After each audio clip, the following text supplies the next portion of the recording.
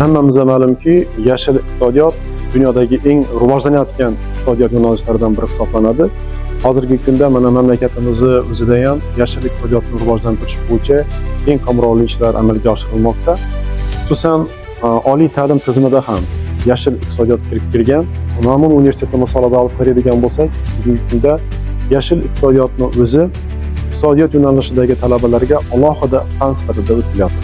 Bu ham shu narsadan dalolat beradiki, bugungi kunda talabalarda yashil iqtisodiyotning mohiyati, mazmuni, yashil iqtisodiyotning asosiy zaruriyati naqadar muhim ekanligidan dalolat beradi.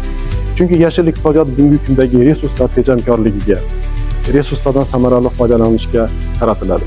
Va bugungi kunda mana shu yosh avlod ham ana shu cheklangan resurslar sharoitida resurslarni tejab, resurslardan oqilona foydalanishga asosiy ko'nikmalarni shakllantirib olish kerak deb hisoblaydi. Va yana bitta jihatni alohida ta'kidlash lozim hisoblanadiki, bugungi kunda dunyoda universitetlarning reytingini aniqlab olish uslubi ham bor. Ya'ni barqaror universitetlar deb yuritiladi. Aynan mana shu barqaror universitetlarni o'zi ham narsadan dalolat beradiki, bu demak ana shu universitetning o'zining barqarorlik ko'rsatkichlari bilan baholanadi.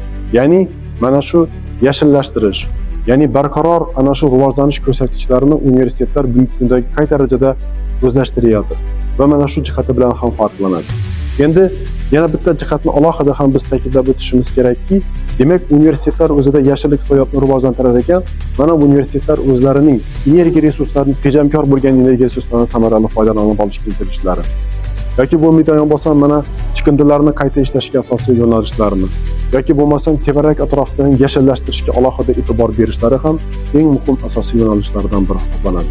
Shuning uchun ham bugungi kundagi oliy ta'lim tizimida, xususan universitetlarda aynan mana shu barqaror universitetlar tizimiga o'tishi, yashil universitetlar tizimiga o'tilishi ham alohida eng muhim ustuvor yo'nalishlardan biri sifatida deb qaraladi.